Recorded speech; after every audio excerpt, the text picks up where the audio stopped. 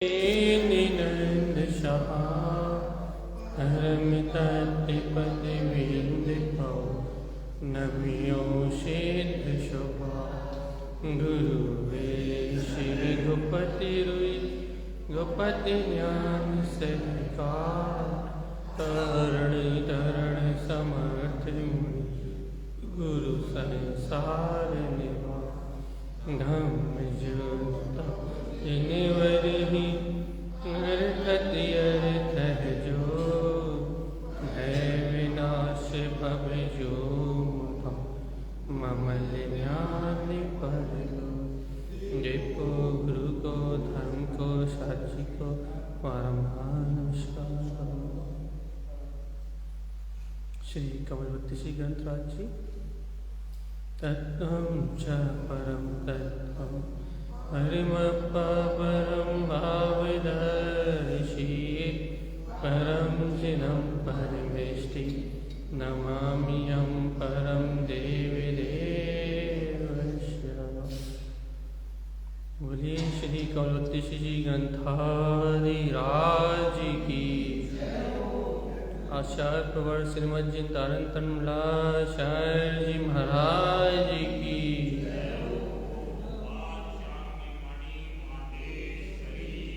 जय हो जय हो जयवंत हो जयवंत हो जयवंत हो।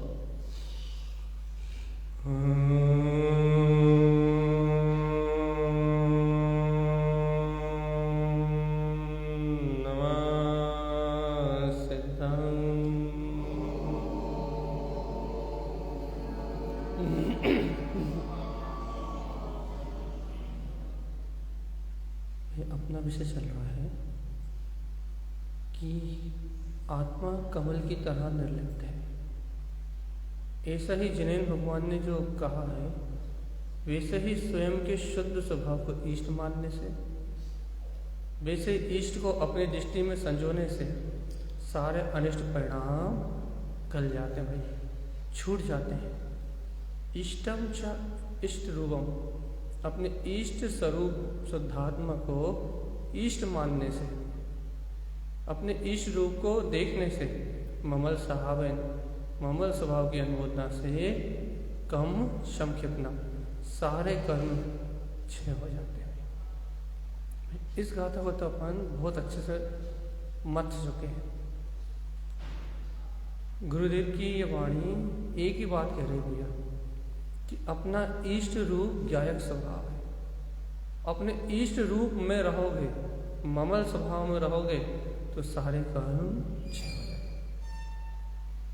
और यदि अपने इष्ट स्वभाव को भूलोगे, अपने इष्ट रूप को विस्मृत करोगे, अनिष्ट पर पदार्थों के रूप को अपना रूप मानोगे, पुत्र परिवार से लेके राग देश कसाय तक यदि पर रूप को अपना रूप मानोगे तो फिर चतुर्गति संसार में परिभ्रमण करो। दो ही रूप है भैया यहाँ।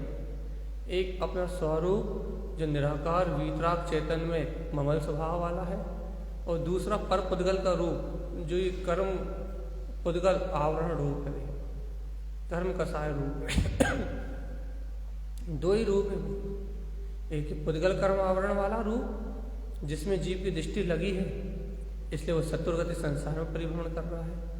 और दूसरा रूप है अपना अनंत चतुष्टयमय रूप, जिस पे यदि दृष्टि चली जाए तो कम जितने भी कर्म है समकिपनम, सारे के सारे कर्म अभिहाली क्षय हो जाए। अब अपने को स्वयं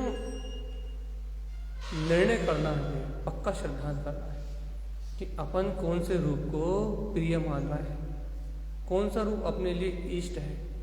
घर इष्ट है, पुत्र इष्ट है, परिवार इष्ट है, राग यदि अपने को देखो, अपने को यदि किसी से राग होता है, यदि अपने को किसी से द्वेष होता है, तो भैया अपन राग द्वेष की परिणति को इष्ट मान के अपने चित्त में संजोते हैं, निरंतर उन भाव को, उन कसायों को अपने अंतर में पालते हैं। क्या इष्ट है? देखो, जिसे लोभ इष्ट होता है भैया, जिसे दुकान में व्यापार लाभ इसकी चिंता बनी रहती है, वो निरंतर अपने परिणामों में लोभ कसाय को संजोता है। जैसे क्रोध ज़्यादा आता है वो क्रोध कसाय को संजोता है। जैसे मान की इच्छा होती है भैया, वो अपनी प्रशंसा करके, अपने आप को बड़ा साबित करके, अच्छा पहन के, अच्छा ओढ़ के निरंतर मान कसाय को समझौता है भैया। अर्थात जिसको जो इष्ट है वो उसको संजोता है। जिसको जो अच्छा लगता है, किसी को लोभ अच्छा लगता है, किसी को क्रोध अच्छा लगता है, किसी को मान अच्छा लगता है, किसी को माया अच्छी लगती है, तो धन कंचन कामनी कीर्ति यश वैभव इनके पीछे भैया अशुद्ध परिणतियों को अपने अंतर में संजोता रहता है। ये सब संसार है, ये सारा विचार, ये सारी पर पर्याय में अनुरक्ति, ये सारा पर पर्याय में परिणमन होने वाला भाव, लेकिन ये सारा पर्याय रूप आवरण जो है, लेकिन ये सब अनिष्ट है, ये आत्मा का रूप नहीं है, ये परपुद्गल का रूप है। और इस परपुद्गल के रूप को संजोगे तो दुर्गति में जाओगे चेतना। देखो बस आखिरी बार, बिल्कुल लास्ट बार, अगली गाथा में चलना पर गुरुदेव कह रहे हैं, यदि ऐसे अनिष्ट रूप को संजोगे, इस अनिष्ट रूप का त्याग नहीं करोगे, तो इस चतुर्गति संसार में दुखों का बीज भोग चेतनात्मा मनुष्य भाव निरर्थक चला जाएगा। पाप वैसे कसाय में रत होके मनुष्य भाव व्यर्थ चला जाएगा, और भैया ये जीव वापिस दुर्गतियों की ओर निकल जाएगा। तो क्या आज्ञा है गुरुदेव? इष्ट रूप जिन्हें भगवान की दृष्टि में कहा जा रहा है, जिन भगवान इष्ट तत्व को कह रहे हैं, इष्ट को संजो और अनिष्ट का त्याग करो। इष्ट अपना चेतन रूप है, इष्टम च इष्ट रूपम, इष्ट स्वभाव की ही इष्टता उत्पन्न करो, अर्थात इष्ट स्वभाव को व्यक्त करो। कैसे व्यक्त करें भैया? अपनी श्रद्धा में व्यक्त करो, अपने ज्ञान में व्यक्त करो, अपने चारित्र में व्यक्त करो, अपने इस रत्नाकर चतुष्ट स्वभाव में इस स्वभाव को व्यक्त करो। अपनी सुरति में लाओ, अपनी प्रतीति में लाओ, अपने चिंतन में लाओ, अपने मनन में लाओ, बार बार इस इष्ट स्वभाव का ध्यान करो, है ना? क्यों क्यों गुरु महाराज? क्योंकि ममल स्वभाव, ये ममल है, इस ममल स्वभाव के आश्रय से कम संक्षिप्तम, सारे संसार में जितने भी कर्म हैं, जितनी भी कसाएं हैं, जितने भी विकार भाव हैं, वो सब क्षय हो जाएंगे। अब यदि कर्मों को क्षय करना है तो, यदि कसायों को क्षय करना है तो क्या करना पड़ेगा भैया? इष्ट को अपनी दृष्टि में संजोना पड़ेगा और अनिष्ट से अपनी दृष्टि को हटाना पड़ेगा। इष्ट को देखना है, इष्ट का अनुभव करना है, इष्ट की महिमा गाना है, इष्ट का बहुमान करना है, इष्ट की सुरत रखना है, इष्ट का ही भजन करना है, इष्ट की स्तुति करना है, इष्ट की भक्ति करना है, इष्ट की आराधना करना है, इष्ट की साधना करना है, इष्ट की चर्चा करना है, और जो अनिष्ट है उसको छोड़ना है। जीवन में भैया ऐसी साधना हो सकती है, अपने जीवन में ऐसे ही साधना हो सकती है। कैसे साधना हो सकती है भैया? कि जो इष्ट है उसी की चर्चा करो, उसी को कहो, उसी को सुनो, उसी का विचार करो, उसी के इर्द गिर्द अपना उपयोग घूमता रहे, उसी का निर्णय होता रहे, उसी सत्य की निष्ठा होती रहे। भैया इस इष्ट स्वरूप को देखेंगे, अनिष्ट पर्याय तो अपना निर्णय है, ये तो अपनी स्वयं की रुचि है भैया। यदि अपनी स्वयं की रुचि होगी तो अज्ञान भाव मिला जाए, और अपनी स्वयं की रुचि नहीं होगी तो ये अज्ञान भाव अपने सर पे चढ़ के बोले। आप अगली बात में चलना मेरे पास। गुरु महाराज कह रहे हैं अन्यानम नहु दिष्टम। क्या कह दिया गुरुदेव ने?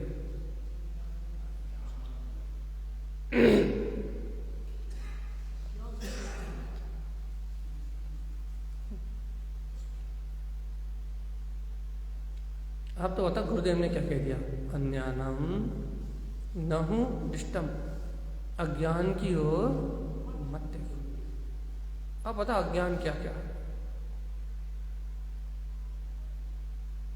अन्यानम नहु दिष्टम, अज्ञान की ओर मत देखो। अब निर्णय ये करना पड़ेगा कि अज्ञान क्या क्या है।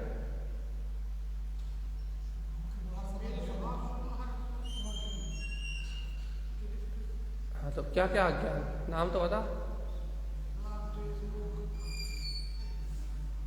करना, धरना, आना, जाना, बनाना, उठाना, धरना, चलना, फिरना, बोलना, बताना, सोना, जागना, राग, देश, मोह, कर्तव्य, भुगतत, मैं करता, मैं धरता, मैं बनाता, मैं आता, मैं जाता, ये मन वचन काया की समस्त क्रियाएं हैं।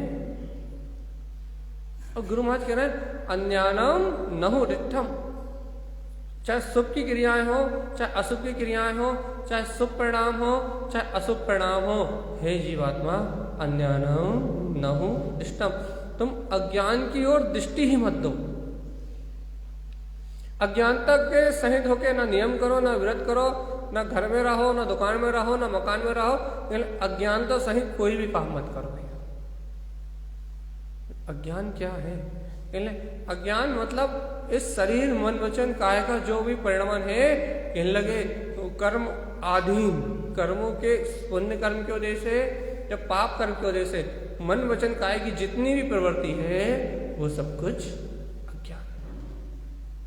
और आचार कल्प जिन तारण तरण स्वामी का कहना है अन्यानम नहु दृष्टम, इसकी ओर देखो ही मत।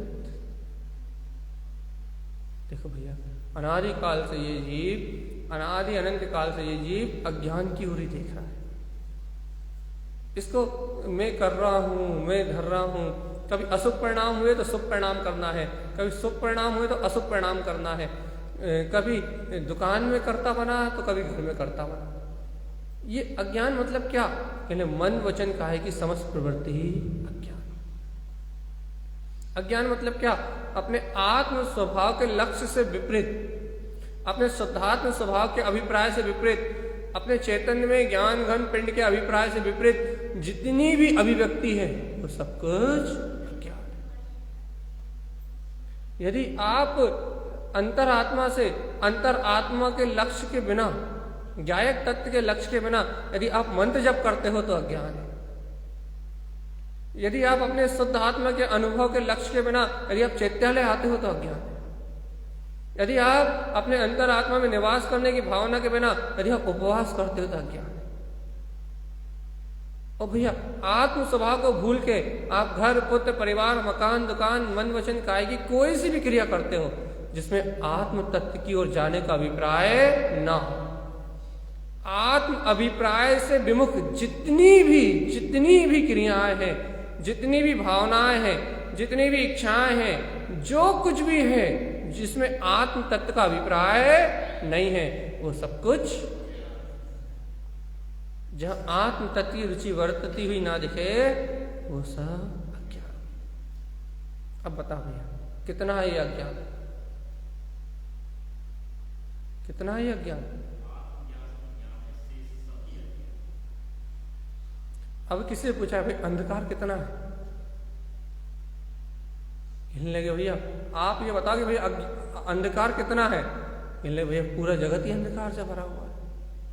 कहने पूरी दुनिया में अंधकार ही अंधकार है। कहने अंधकार ही अंधकार है? हाँ। कहने क्यों अंधकार ही अंधकार है? कहने जहां देखो वहां अंधकार ही नजर आता भी है, जहां देखो वहां अंधेरे नजर आता है। क्यों अंधेरा नजर आता है? कहने क्यों? क्योंकि चारों तरफ भौतिकता की चकाचौंध में, इंद्रिय विषयों के रस में, कर्ता भोक्ता परिणाम से मिथ्यात्व के आवरण में ये जीव निरंतर बहिर्मुख प्रवृत्ति कर रहा है। चतुर्गति संसार की ओर ही इसकी रुचि है, पर पदार्थों में ही इसका रुझान है। तो क्या दिख रहा है?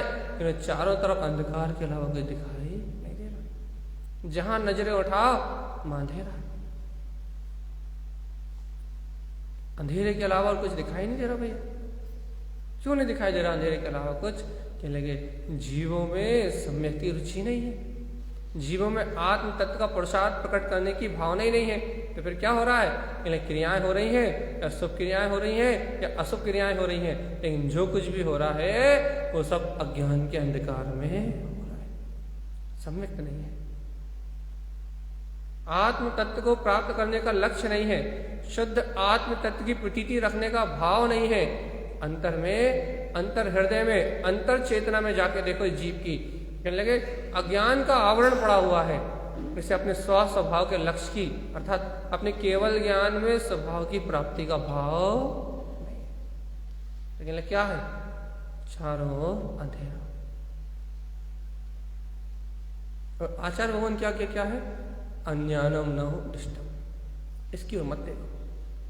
अब बताओ, चारों ओर है अंधेरा, तो गुरुदेव क्या है, अंधकार की ओर मत देखो। क्या करोगे, क्या करोगे?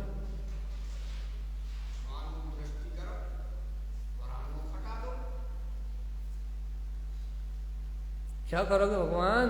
गुरु महाराज कह रहे हैं चारों ओर अंधेरा है। चारों ओर अंधेरा नहीं कह रहे, गुरु महाराज कह रहे हैं अंधेरे की ओर मत देखो, अज्ञान की ओर मत देखो।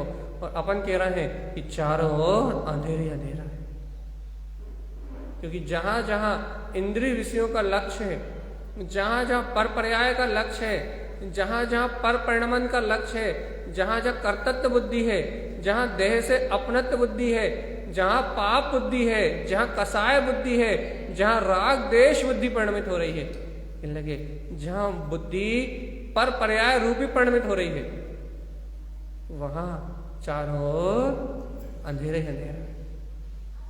और गुरुदेव कह रहे अज्ञानम न डिस्टर्ब। बताओ भगवान जी क्या करोगे?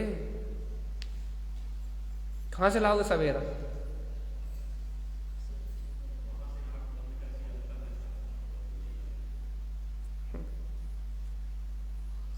बताओ भगवान जी, चारों ओर अंधेरा है, चारों। अच्छा एक बार बताओ, चारों ओर अंधेरा क्यों है? अज्ञानता मतलब क्या? हाँ,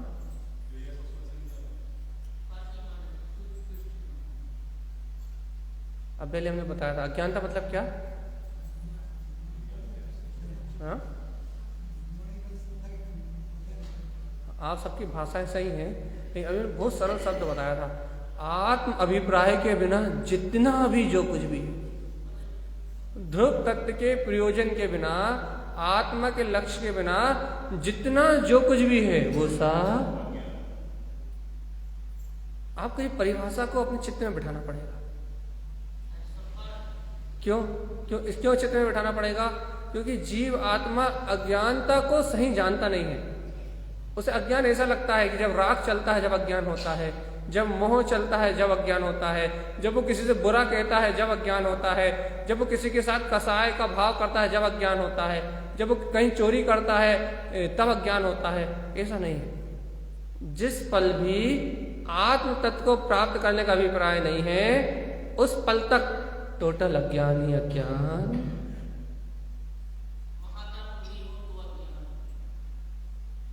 कोई भी क्रिया हो, एक्स वाई जेड, शुभ की हो या अशुभ की हो, यदि आत्म तत्व का अभिप्राय नहीं है तो कुछ भी हो, कुछ भी 24 घंटे 365 दिन अज्ञानता के अलावा और कुछ भी नहीं। इस परिभाषा को अपने चित्त में बिल्कुल ऐसे संजो लो कि आपको ज्ञान और अज्ञान का भेद पता लग जाए। क्यों? क्योंकि ज्ञान के नाम पे क्षयोपम ज्ञान की ओर भागने वालों की कमी नहीं है। ज्ञान के नाम पे किताबी ज्ञान प्राप्त करने की कमी नहीं है भैया। ज्ञान के नाम पे परिभाषाएं याद करने की कमी नहीं है। लेकिन भैया ज्ञान ना परिभाषाओं में है, ना किताबों में है, ना आगम के नयों में है। ज्ञान तो भैया आत्मा में है।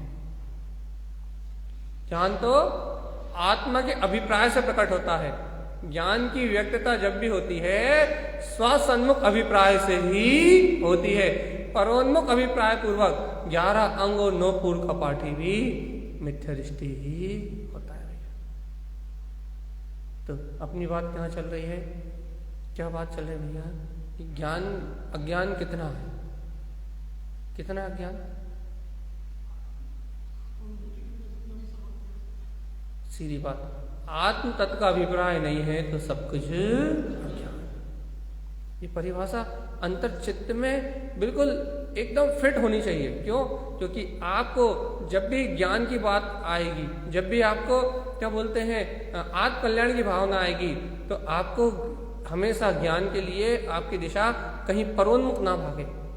ज्ञान प्राप्त करने के लिए आपकी दिशा किसी बाहरी संयोग की ओर ना भागे। ज्ञान प्राप्त करने के लिए आपको ये होश आए या आपको बोध हो भैया ज्ञान जब भी प्राप्त होगा अपने स्वभाव की रुचि से ही, अपने चैतन्य की रुचि से ही ज्ञान की उत्पत्ति होगी। और यदि आत्म तत्व की, चैतन्य तत्व की रुचि नहीं होगी तो ज्ञान कभी उपलब्ध नहीं हो सकता। तो पहले आत्मा के अभिप्राय को समझना पड़ेगा भाई। अभिप्राय कैसे कहते हैं?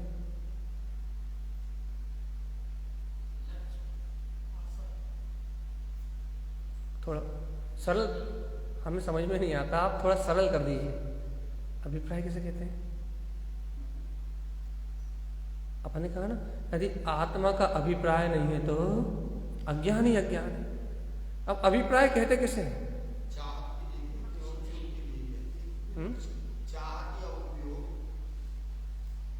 अभिप्राय की एक्चुअल परिभाषा क्या? अभिप्राय किसे कहते हैं? अभिप्राय क्या है? हाँ?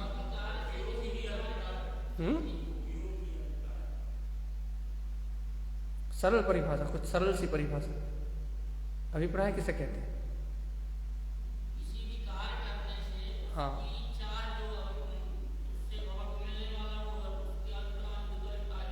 किसी भी कार्य को करने के पहले, कोई भी कार्य, कोई भी क्रिया करने के पहले तो योजना तैयार करते हैं। उसके प्रति जो अपना परिणाम होता है उसी का नाम अभिप्राय। जो लक्ष्य होता है, जो प्रयोजन होता है कह लो, जो अपनी रुचि होती है कह लो, जो लक्ष्य होता है कह लो, उसका नाम ही अभिप्राय है। और यहाँ जैन धर्म में अभिप्राय की बहुत मुख्यता है। क्यों अभिप्राय की बहुत मुख्यता है? अभिप्राय भाव से अंदर की बात हो गई, और गहरी बात हो गई। जैसा अभिप्राय होगा उपयोग भी बढ़ जाएगा, अभिप्राय के साथ उपयोग जुड़ा। सही कहा आपने। और अभिप्राय की मुख्यता क्यों है?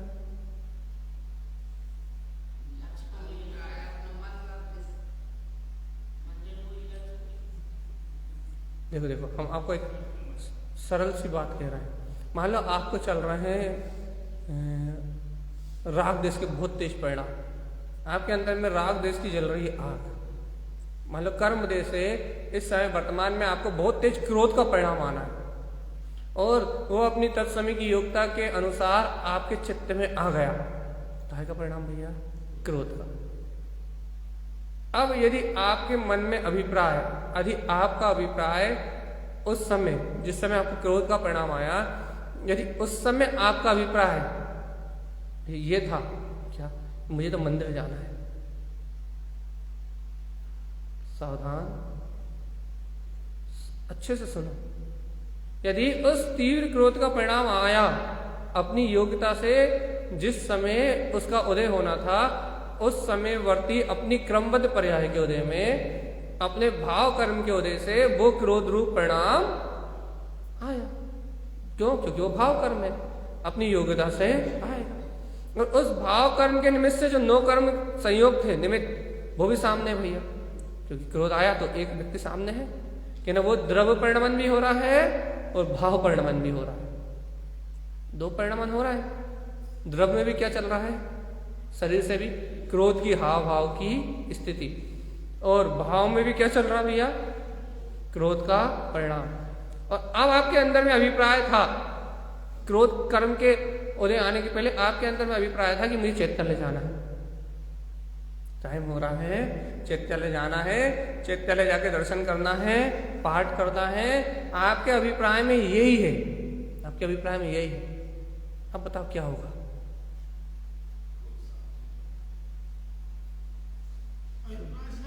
अच्छा, हम 3 प्रश्न पूछ रहे हैं यहाँ से, 3 प्रश्न उठा रहे हैं हम यहाँ आपके सामने, 3। आप सावधानी से सुनो। क्या आपके अंदर में ये मंदिर आने का अभिप्राय है? भाव कैसे चल रहा है? क्रोध के। संयोग कैसे चल रहा है? क्रोध का। आपके अंदर में चैत्यालय आने का परिणाम है। अब आप ये बताओ, आपको आश्रम शुभ होगा या अशुभ? पहले ये बताओ।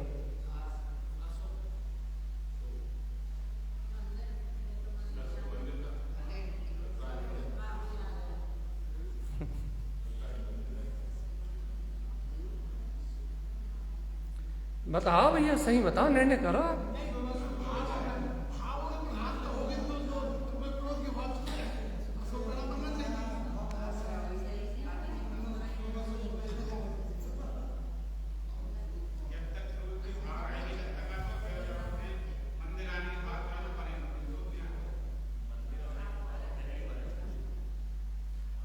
लेस्या चल रही है। अब लेस्या कहेंगे तो अभी समझ जाओगे, हमें लेस्या कहना ही नहीं, लेस्या में कहना ही नहीं है। नहीं, लेस्या शुभ चल रही है, अभिप्राय तो शुभ है, मंदिर आने का अभिप्राय बना हुआ है। लेस्या चल रही शुभ और परिणाम हो रहा है अशुभ, क्रोध के, और परिणाम घट रहा है अशुभ। बंद काय का होगा?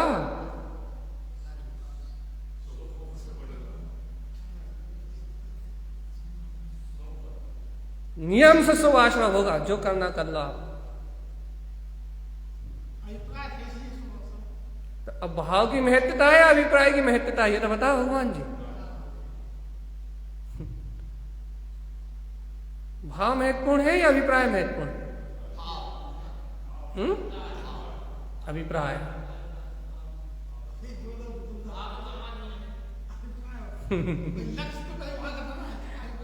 अभिप्राय के सामने भाव की कोई ताकत नहीं है। भाव का फल आगम में, यहाँ जो निमित्त है, निमित्त का फल आगम में 0 कहा है, निमित्त कोई फल नहीं देता। भाव का फल मात्र 10% है, लेकिन अभिप्राय का फल 100% है। हम ये नहीं कह रहे कि वो क्रोध के परिणाम से अशुभ आश्रव नहीं होगा, लेकिन वो अशुभ आश्रव इतना कम होगा कि वहां शुभ आश्रव तीव्र है। अभिप्राय की अपेक्षा से शुभ आश्रव तीव्र है, अशुभ आश्रव भाव का बिल्कुल न्यूट्रल है। ओ भैया, उस अभिप्राय के बल पे वो कसाय का परिणाम भी ज्यादा देर ठहरने वाला, क्योंकि लगन कहाँ की है, निमित्त में ज्यादा देर ठहरने वाला नहीं है। वो अपनी जितनी योग्यता, जितनी अवधि मान के आया होगा, उतनी अवधि तक वो विचार चलेगा, उतनी अवधि तक वो परिणमन घटेगा। और रुचि मंदिर की होने के कारण से जैसे उसका आवादा काल खत्म होगा और जीव लक्ष्य की ओर पलट जाएगा, जीव अपने लक्ष्य की ओर गमन कर लेगा। जीव के अंतर में जैसा अभिप्राय था, जीव उसकी ओर गमन कर लेगा, उसके परिणाम भी समझ जाएंगे, उसकी परिणति भी समझ जाएगी, उसकी चर्या भी समझ जाएगी। अब ये उदाहरण हमने क्यों दिया था, अब ये बताओ।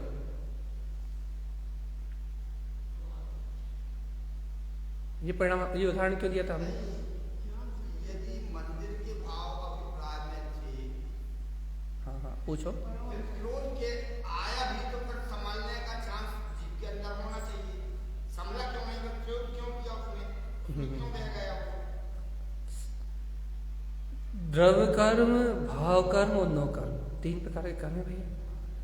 यदि जीव के भाव कर्म में क्रोध रूपी परिणमन का उदय होना निश्चित ही है, तो उस भाव कर्म को टाला नहीं जा सकता। जीव अपनी पात्रता अनुसार, यदि वो भावलिंगी संत है, यदि भावलिंगी साधु अवस्था में, तो भैया संजलन कसाय है, उसको इतना तीव्र क्रोध आएगा ही नहीं, उसको ये कसाय हल्की सी लहर की तरह आके निकल जाएगी। लेकिन यदि जीव आवृत्ति श्रावक है, संयोगी भूमिका में है, गर्भस्थी की भूमिका में है, सम्यक ज्ञान से रहित है, तो भैया उसका जो क्रोध का परिणाम आएगा वो प्रत्याख्यान कसाय रूप भी हो सकता है, या फिर यदि तीव्र कोई बंद पड़ा होगा तो अनंतर मंदिर रूप भी हो सकता है। कोई भरोसा नहीं है कि कब कौन सी कर्म विकृति उभर के परिणाम में सामने आएगी। छायक सम्यक दर्शन नहीं है भैया, अभी आत्म तत्व का श्रद्धानी है, जिन भगवान की आज्ञा को मानने वाला है, वीतराग धर्म का प्रवर्तक है, अपने अंतर से ही तत्व का लक्ष्य बना के बैठा है, मोक्ष मार्ग की साधना कर रहा है, लेकिन सत्ता में अनंत अनुबंधी कसाय का उदय पड़ा हुआ है। चलो उदाहरण दे देते हम, रामचंद्र जी, लेकिन उन्हें अनंत अनुबंधी नहीं, अप्रत्याख्यान कसाय के उदय में रामचंद्र जी अपने भ्राता बलभद्र, क्या नाम था, लक्ष्मण को अप्रत्याख्यान कसाय के उदय में 6 माह तक कंधे पे लेके घूमते रहे। कितने महीने तक? 6 माह से एक समय अवधि, कुछ समय पूर्ण पहले तक। छायक सम्यक दृष्टि रामचंद्र जी अपने भाई लक्ष्मण को, भैया एक बलभद्र का जीव, एक नारायण की जीव को, मृत को अपने कंधे पे लेके घूम रहा है। कौन सी कसाई का उदय चल रहा है भैया? अरे अभी अभी कहा तुमने, अप्रत्याख्यान कसाय का उदय चल रहा है, अप्रत्याख्यान कसाय का उदय चल रहा है भैया। तो अप्रत्याख्यान कसाय 6 महीने के पहले पहले नष्ट हो जाती है। 6 महीने से एक समय भी ऊपर रुक जाती तो अनंतनवंदी कसाय परिणमित हो जाती। तो भैया कौन सी कसाय का उदय चल रहा है? अप्रत्याख्यान। अब ये बताओ भाव कैसे चल रहा है? अप्रत्याख्यान कसाय। परिणमन क्या चल रहा है? मुर्दा को कंधे पे लेके घूमने का। और अंतर क्या चल रहा है भगवान? अभिप्राय में क्या है बताओ भगवान जी, अंतर में क्या है? छायक सम्यक दृष्टि, निराकार वीतराग तत्व की प्रतीति। जैसे ही अप्रत्याख्यान कसाय का आबादा काल खत्म हुआ, जगमगाता चेतन प्रकाश प्रकट हो गया। ज्ञान में वो चेतन शक्ति, ज्ञान में वो वीतराग शक्ति, ज्ञान में वो प्रभुता जगमगा गई। भाव कुछ नहीं बिगाड़ पाए, ना भाव कुछ बिगाड़ पाए, ना वो परिणमन कुछ बिगाड़ पाया। भैया भाव कर्म भी एक धारा है बस। इसलिए तो कहते हैं भाव की कीमत नहीं है, स्वभाव की कीमत है। भाव कर्म भी एक समय की धारा है, भाव कर्म भी एक समय का परिणमन है, भाव कर्म भी एक समय की अपनी तत्समय की योग्यता से घटने वाला, द्रव्य कर्म, भाव कर्म, नो कर्म एक समय की भाव दशा रूप घटने वाला, क्रिया रूप घटने वाला परिणमन मात्र है। लेकिन भैया जिसके पास स्वभाव का लक्ष्य है, जिसके पास आत्म तत्व का लक्ष्य है, उसका कोई कुछ बिगाड़ सकता। हाँ अब ये बताओ हमने ये उदाहरण दिए क्यों थे? मूल बात पे आओ भैया, जल्दी बता, टाइम बहुत जल्दी से बह रहा। अभिप्राय पकड़ने के लिए कि अभिप्राय किसे कहते हैं, ये पकड़ने के लिए कि अज्ञान क्या है। गुरुदेव कह रहे हैं अन्यानम नहु दृष्टम। अब एक बात बताओ, रामचंद्र जी को देख के आप क्या कहोगे? परिणाम मुर्दा को लेकर घूमने का है, और कसाय के परिणाम ऐसे हैं कि मुर्दा को खिला रहे हैं, मुर्दा को पिला रहे हैं, मुर्दा को उठा रहे हैं, मुर्दा को सुला रहे हैं। आप रामचंद्र जी के भाव को देख के और उनकी क्रिया को देख के क्या कहोगे?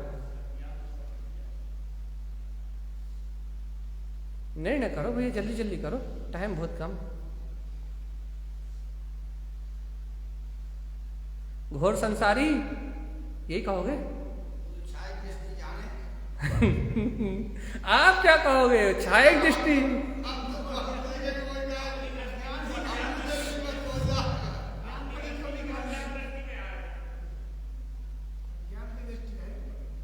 अपन कहेंगे तो कहेंगे पापी, अज्ञानी, मूढ़।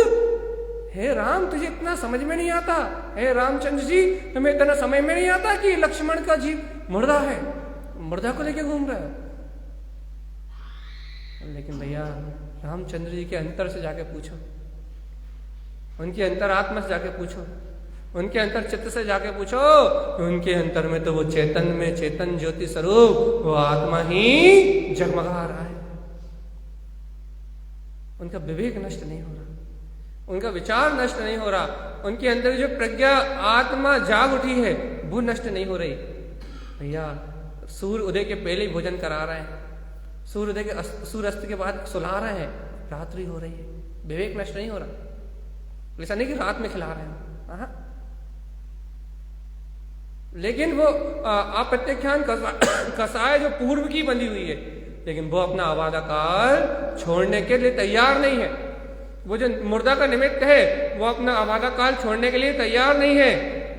भैया दोनों कर्म की प्रकृति अपनी योग्यता से डटी हुई है, वो हिलने के लिए तैयार नहीं है। सुनो, कर्मों से बहुत डर लगता है ना, कर्मों की औकात कितनी है ये बात सुनो जरा अच्छे से। दोनों कर्मों की प्रकृति, भाव कर्म की प्रकृति भी लोहा लेने के लिए तैयार है, और नो कर्म की प्रकृति भी संयोग में कह रही है कि मुर्दा का साथ छोड़ेंगे नहीं। लेकिन अंतरात्मा की श्रद्धा कह रही है लगा लो कितना जोर लगाते हो तुम, लगा लो कितनी शक्ति लगाओगे, लगा लो कितना जोर लगाओगे, मेरे अंदर तो चैतन्य का प्रकाश जगमगा रहा है, मैं तो 6 सम्यक लेके बैठा हूं। भगवान जी तुम 6 महीने तक जितना जोर लगाना है लगा लो, तुम्हारा आवरण काल तो खत्म हो गई होगा, और मेरी निरावरण शक्ति को कोई बाधित नहीं कर सकता, मेरे अभिप्राय को कोई घात नहीं कर सकता, मेरी शक्ति का कोई कुछ नहीं बिगाड़ सकता।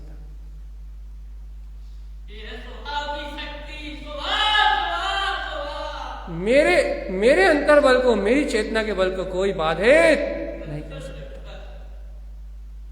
है इतना विश्वास, है इतना विश्वास, कह सकते हो रामचंद्र जी जैसा कि भैया आ जाओ कितनी कसाय के आवरण है,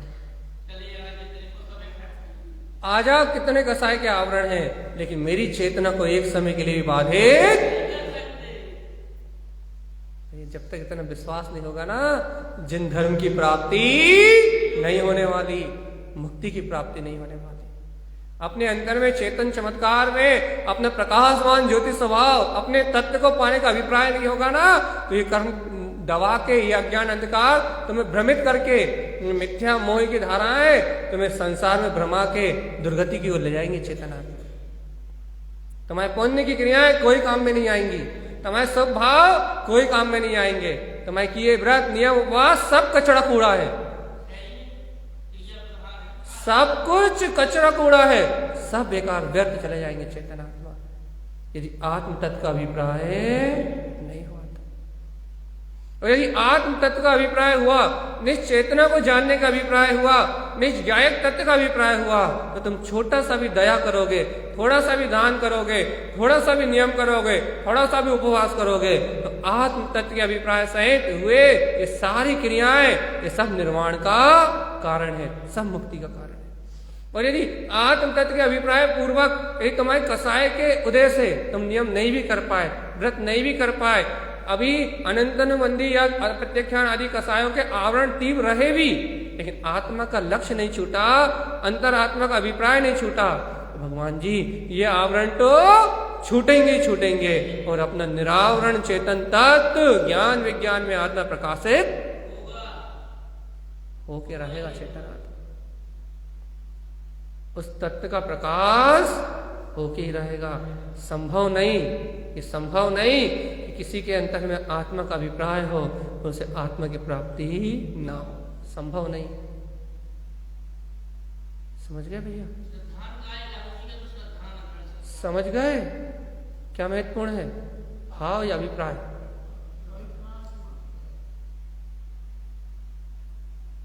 भाव की शक्ति को भी छोड़ दो, भाव एक समय का परिणाम है, क्योंकि भाव का कोई भरोसा नहीं है, क्योंकि वो कसाय आवरण और अनावरण से परिणमित होते हैं, लेकिन स्वभाव वो शाश्वत है, स्वभाव की शक्ति वो शाश्वत है, वो स्वभाव का लक्ष्य, वो स्वभाव की चेतना वो अनंत बलवान है, अनंत वीरवान है। अब देखो गुरुदेव क्या कहते हैं, अन्यानाम न हो डिष्टम, मतलब है जीव, ना तो व्रत की ओर देख, ना नियम की ओर देख, ना दुकान की ओर देख, ना पुत्र की ओर देख, ना परिवार की ओर देख, अन्यानाम न हो डिष्टम, जहां जहां तुझे अज्ञानता दिखाई दे वहां मत देख, अर्थात जहां भी तुझे आत्म विस्मरण हो, निश्चेतन तत्व का विस्मरण जिस भी अवस्था में तुझे हो, वो सब अज्ञान है और देखने योग्य भैया।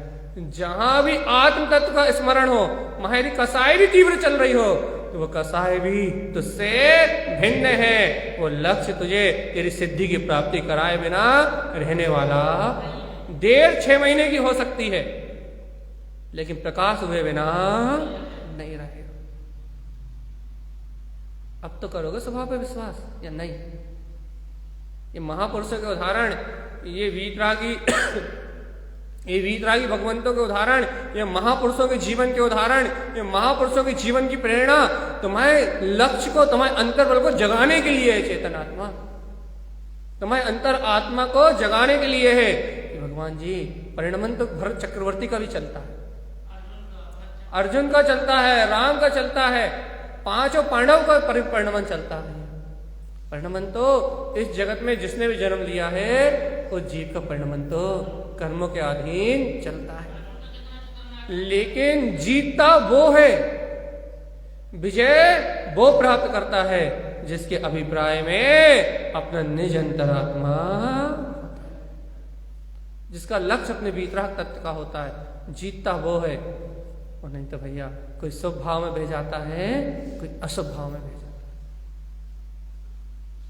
कोई शुभ में भेजाता है, कोई अशुभ में भेजाता है। भगवान आत्मा अपने लक्ष्य को तो देखो एक बार।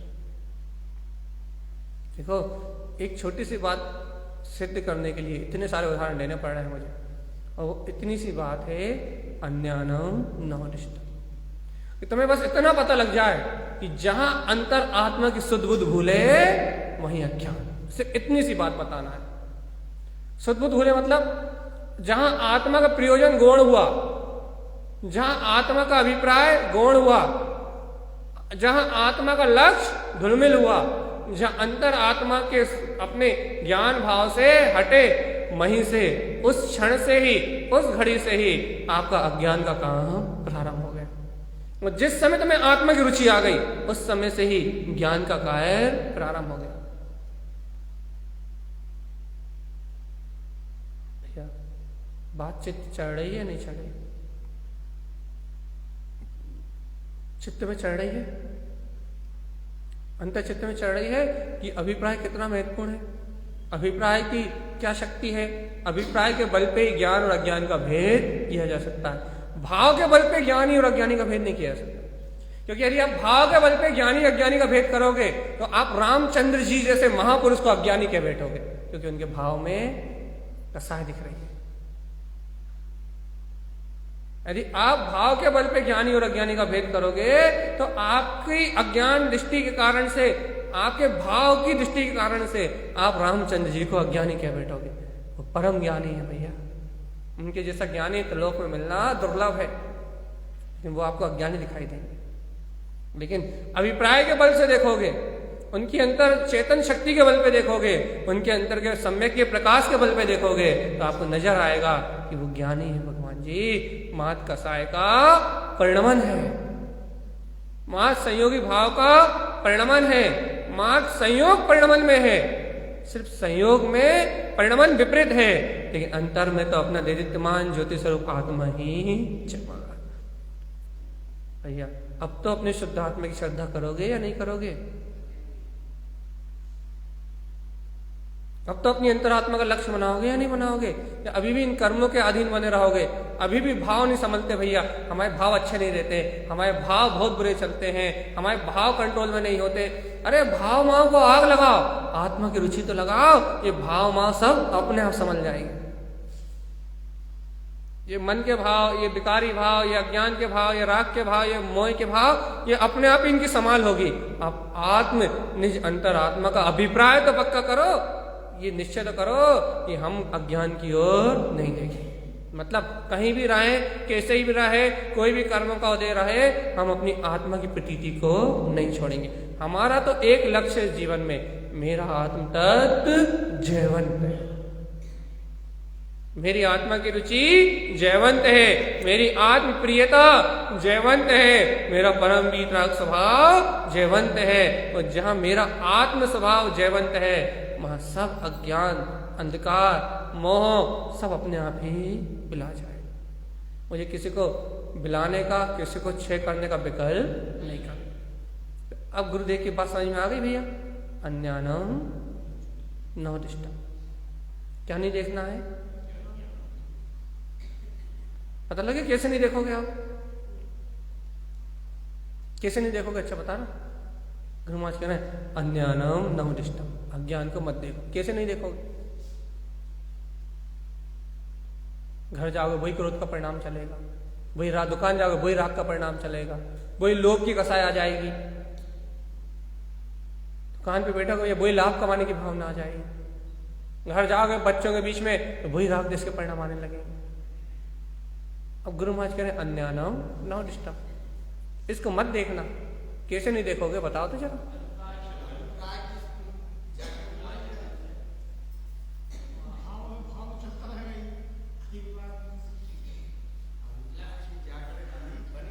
हम आपको बहुत बड़ी रहस्य की बात बता रहे हैं, अब आप समझ जाओ तो कि सबको दिक्कत है भाव से, किसी को स्वभाव से दिक्कत ही नहीं है।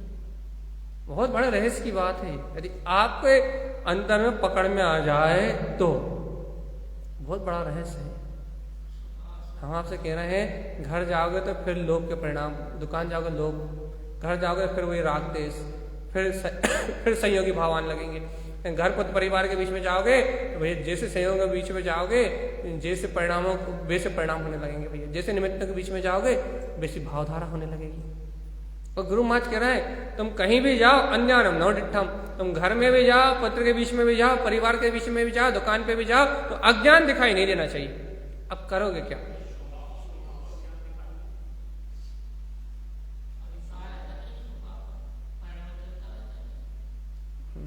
बोलो डॉक्टर साहब क्या कह रहे हैं?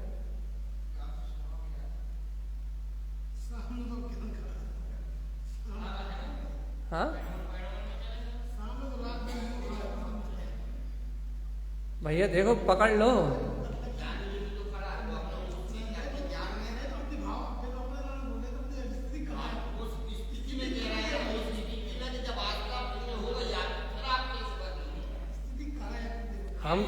हम आपसे बिल्कुल आपकी स्थिति में कह रहे हैं। आप घर जाओगे और आपको लड़के को देख के गुस्से का परिणाम आना ही है, क्योंकि आपने पढ़ाई नहीं करी। परिणाम रोकने की बात ही नहीं कर रहे हैं हम कह रहे हैं आपको घर में जाते से गुस्सा आना ही है। उसने होमवर्क एक बूंद भी नहीं किया, पूरे दिन खेलता रहा। अब आप उसे देखोगे वो निमित्त मिलेगा और आपको क्रोध का परिणाम आएगा। और अब हम कह रहे हैं अज्ञानम नवदिष्टम, ये अज्ञान दिखाई नहीं देना चाहिए। हम कह रहे हैं नहीं दिखेगा, क्रोध करते हुए भी नहीं दिखेगा। लेकिन कैसे नहीं दिखेगा अब आप ये बताओ।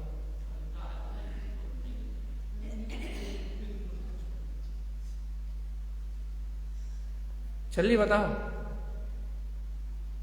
कैसे नहीं दिखेगा?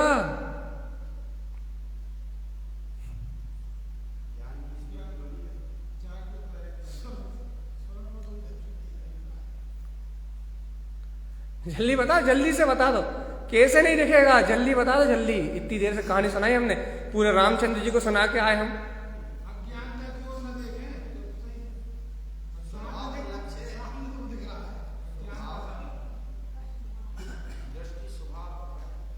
हम रामचंद्र जी को सुना के आए, इसलिए हमने वो पूरे मंदिर का उदाहरण सुनाया कि तुम्हें मंदिर जाने के परिणाम है, लेकिन भाव क्या चल रहा भैया? क्रोध के। हमने एक उदाहरण सुनाया, दो उदाहरण सुनाए, तीन उदाहरण सुनाए। अब हम आपसे पूछ रहे हैं घर जाओगे क्रोध का परिणाम आएगा, दुकान जाओगे लोभ का परिणाम आएगा, निमित्त जैसे मिलेंगे वैसे भाव बनेंगे। हमें तो ये बताओ कि उन भाव के बनने के बाद भी अज्ञानम नवदिष्टम, गुरु महाराज कह रहे उन्हें देखना ही नहीं। कैसे?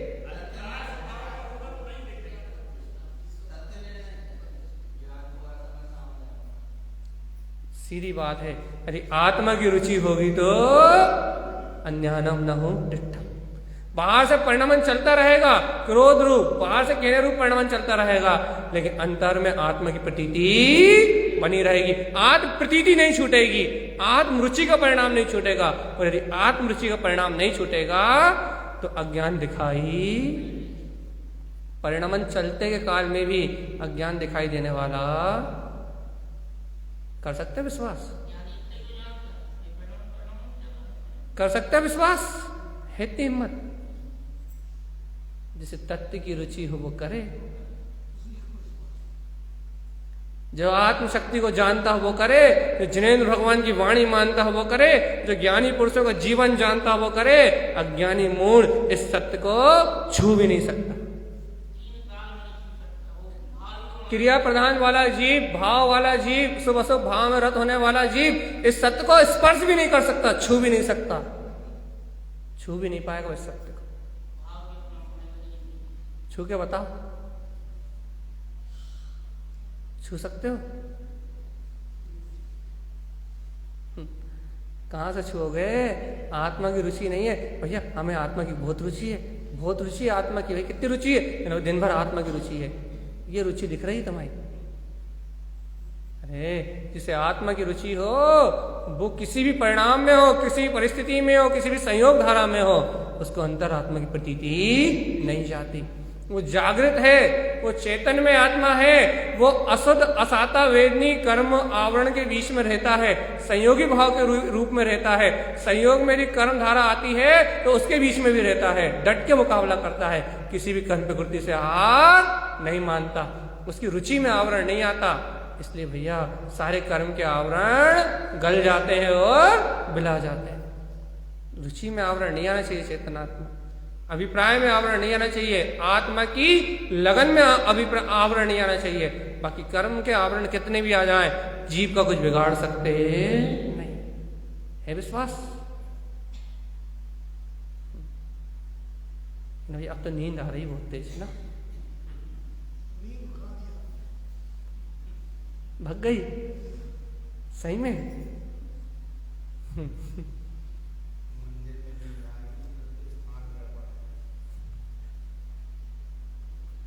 यदि नींद भग गई, अज्ञान का अंधकार भग गया, यदि ये भाव, ये अज्ञान, ये भाव दशा, यदि ये अंधकार भग गया, तो भैया जीव कोई सी परिस्थिति में, कोई से भाव कर्म में, कोई से भी द्रव्य कर्म में, कोई से भी नो कर्म में ज्ञायक रह सकता है। और इस कमल भाव की चर्चा यहाँ तारण स्वामी कह रहे हैं। इस कमल भाव के बल पे, कमल स्वभाव की रुचि के बल पे, कमल स्वभाव के अभिप्राय के बल पे, मोक्ष मार्ग की चाहना करने वाले मुमुक्षु की अपनी रुचि के बल पे यहाँ तारण स्वामी कह रहे हैं अन्यानम नहुडिष्ठम। उस मुमुक्षु को, उस मोक्षार्थी को, उस ज्ञान स्वभाव को आराधना करने वाले, ज्ञान स्वभाव का लक्ष्य जिसके अंतर में है, उस जीव को अज्ञान दृष्टि में दिखाई नहीं देता। ये नहीं कहा उनने कि उसे अज्ञान का परिणमन नहीं चलता। यदि उन्हें ये कहना होता तो यदि उन्हें ये कहना होता कि वो पूर्ण ज्ञान में हो गया तो कहते अज्ञान क्षय हो गया। उन्होंने ये नहीं कहा कि उसे अज्ञान क्षय हो गया। उन्होंने ये नहीं कहा कि उसे राग द्वेष परिणाम उत्पन्न नहीं होते। उन्होंने ये नहीं कहा कि वो घर गृहस्थी के बीच में नहीं रहता। उन्होंने ये कहा है कि संयोगों में रहता तो है, लेकिन संयोग अज्ञान उसे दिखाई नहीं देते। रहता तो यही है, चाहेगा कहाँ? जहां कर्म का उदय है, जहां कर्म बंधे हुए हैं, जिन पद परिवार मकान दुकान, जिन संयोगों में कर्म बंधे हुए हैं, रहता तो वही है, लेकिन वहां रहते हुए भी उसे वो जो परिणमन है वो दिखाई नहीं देता। रुचि का खेल है चेतनात्मा। तुम्हारी रुचि जितनी अच्छी होगी, तुम्हें अंतरात्मा की अंतर स्वभाव की रुचि जितनी प्रगाढ़ होगी, तुम्हें अज्ञान दिखाई देने वाला। इसलिए चेतनात्मा फालतू विकल्प हम सब नहीं कर पाते, भूखे नहीं रह पाते, प्यासे नहीं रह पाते, ये सारे विकल्प छोड़ दो और आत्म तत्व की सच्ची रुचि लगाने का प्रयास करो भैया। आत्मा के अभिप्राय को पुष्ट करो, चैतन्य के अभिप्राय को पुष्ट करो, अपने ज्ञायक तत्व के अभिप्राय को पुष्ट करो। मुक्ति इससे मिलेगी। जितनी प्रगाढ़ श्रद्धा होगी, जितना गहरा विश्वास होगा अपनी निश्चेतन शक्ति पे, जितनी गहरी आस्था होगी अपनी अंतरात्मा पे, उतनी जल्दी अज्ञान का अंधकार छट जाएगा, अज्ञान दिखाई नहीं देगा। यदि मेरी बात पे विश्वास नहीं है तो सुन लो गुरु महाराज से। गुरु महाराज कह रहे हैं अन्यानम नहुदिष्टम, अज्ञान को मत देखो। तो गुरु महाराज क्या देखे? ज्ञान सहावेन अनमोए ममलम चा। अज्ञान का परिणाम तो अज्ञान में चलने दो, लेकिन है भवात्मा तुम ज्ञान सहावेन, तुम्हें ज्ञान स्वभाव की रुचि है ना, ज्ञायक स्वभाव तुम्हारे अंतर में है, जो तुमने स्वीकार किया है ना, मैं ज्ञायक तत्व भगवान आत्मा हूं, जो तुमने इस जिनेन भगवान की वाणी में इस परम सत्य को स्वीकार किया है ना, तो क्या करे? ज्ञान सहावेन अनमोयम, ज्ञान स्वभाव की अनुबोध न करो। ममलम च, इसे ज्ञान स्वभाव की अनुबोध न करोगे तो ममल स्वभाव प्रकट हो जाएगा, अज्ञान दिखाई नहीं देगा। अब गुरु महाराज कह रहा है, अभी हमारी बात में विश्वास नहीं हो रहा था ना, भैया लगे अभिप्राय अभिप्राय अभिप्राय अभिप्राय, रुचि रुचि रुचि चिल्ला रहे हैं। अब लोग गुरु महाराज ने कह दिया चेतनात्मा अन्यानम नहुदिष्टम, कर्म बांधे हैं, द्रव्य कर्म भाव कर्म नो कर्म बंधे हैं, तो उनका उदय तो आएगी। जैसी कर्मों की धारा बंधी है, वैसी धारा तो परिणमित होगी। लेकिन है चेतनात्मा, तू द्रव्य कर्म भाव कर्म नो कर्म की धारा को मत देखना, तो फिर तेरे अंतर निराकार चेतन तत्व की धारा है, ज्ञान सहावेन, ज्ञाया ज्ञान स्वभाव तेरे अंतर में है, ज्ञाया ज्ञान स्वभाव तेरी चेतना में निवास कर रहा है। ज्ञान सहावेन अनमोय ममलम चा, ऐसे ज्ञान स्वभाव की अनुमोदना करके भैया अपने ममल स्वभाव में रत रहो। ये है गुरुदेव की आज्ञा। अज्ञान को मत देखो और ज्ञान स्वभाव को देखो, दोनों एक ही साथ है भैया। अच्छा एक बार बता, अब यहाँ तो बहुत सारी लाइट जल रही हैं, देखो एक कमरे में एक साथ मतलब एक कोने में अंधेरा भी रह सकता है और एक कोने में प्रकाश भी रह सकता नहीं रह सकता? हाँ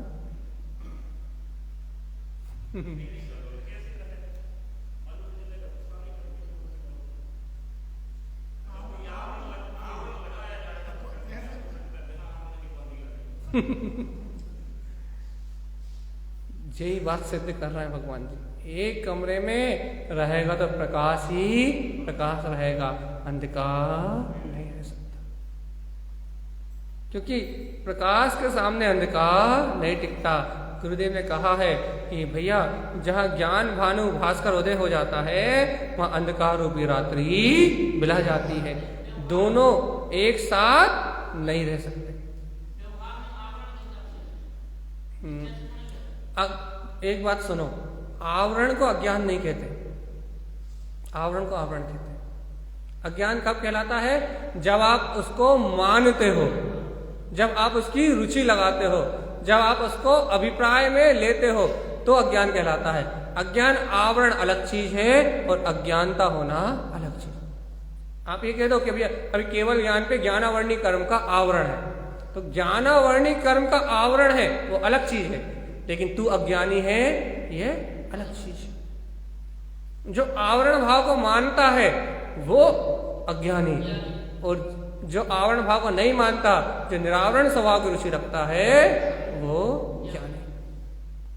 भैया जिस प्रकार एक कमरे में अज्ञान और ज्ञान अर्थात एक कमरे में अंधकार और प्रकाश नहीं रह सकते, वैसे एक जीव के अंतर में अज्ञान और ज्ञान एक साथ नहीं रह सकते। या तो आत्म तत्व की रुचि होगी, या तो जिन भगवान के वचनों की रुचि होगी, जिन भगवान के वचनों का श्रद्धान होगा, या फिर पर पदार्थों की रुचि होगी। भैया पर पदार्थों का श्रद्धान होगा, विपरीत श्रद्धान होगा, विपरीत मान्यताएं होंगी।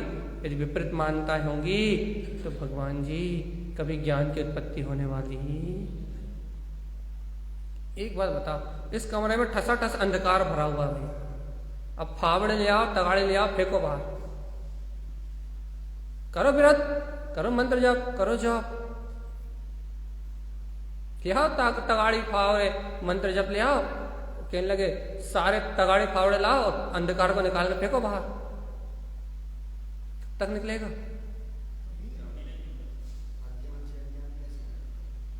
भैया एक छोटी सी चिंगारी जला दो तो, एक छोटा सा दीपक जला दो तो भैया, इसलिए तो कह रहे हैं एक आत्म तत्व की श्रद्धा कर लो, निज अंतरात्मा अपने ज्योतिर्मय जो अपना अंतरात्म स्वभाव है, ऐसे ज्ञान स्वभाव की श्रद्धा कर लो, सारा अंधकार अज्ञान अपने आप ही दूर हो जाएगा। ज्यादा प्रपंच करने की जरूरत, जीव को सीधी सीधी बात अच्छी नहीं लगती, सीधी सीधी बात अच्छी नहीं लगती कि अपने अंतर के चेतन ज्योति, अपने अंतर ज्ञान की चेतन ज्योति का प्रकाश जला लिया जाए, सारा अंधकार अपने आप ही जल जाएगा, सारा अंधकार अपने आप ही क्षय हो जाएगा, पूरा का पूरा अंधकार अपने आप ही विलय हो जाएगा। अंधकार को विलय करने के लिए मात्र अपने चेतन स्वभाव की ज्योति जलाना है, ना तगाड़ी लाना है, ना फावड़े लाना है, ना भर के बाहर फेंकना, क्योंकि अंधकार तगाड़ी फावड़ों से बाहर नहीं निकलता, अंधकार प्रकाश से भागता है। प्रकाश, जहाँ प्रकाश होता है वहाँ अंधकार भाग जाता है। और भैया सर्वत्र प्रकाश में अपनी अंतरात्मा ही ज्योति स्वरूप है, अपनी चेतना ही ज्योति स्वरूप है। इस ज्योति स्वरूप चेतना को जो ध्याता है, इस ज्योति स्वरूप चेतन शक्ति का बोध जिसे आता है, ज्योति स्वरूप अंतरात्मा की सूरत जिसे आती है, उसके जीवन से अज्ञान अंधकार भाग जाता है, बिना भगाए भाग जाता है, क्योंकि प्रकाश और रात्रि एक साथ नहीं रहती। आत्म तत्व की रुचि हो और अज्ञान हो, ऐसा नहीं हो सकता। जैसे अंतरात्मा की रुचि होती है, उसका ज्ञान भाग ही जाता है। विश्वास जगाओ चेतनात्मा। देखो ये गाथा तो बहुत गहरी है, इसका वांचन सुबह और विशेषता से करेंगे।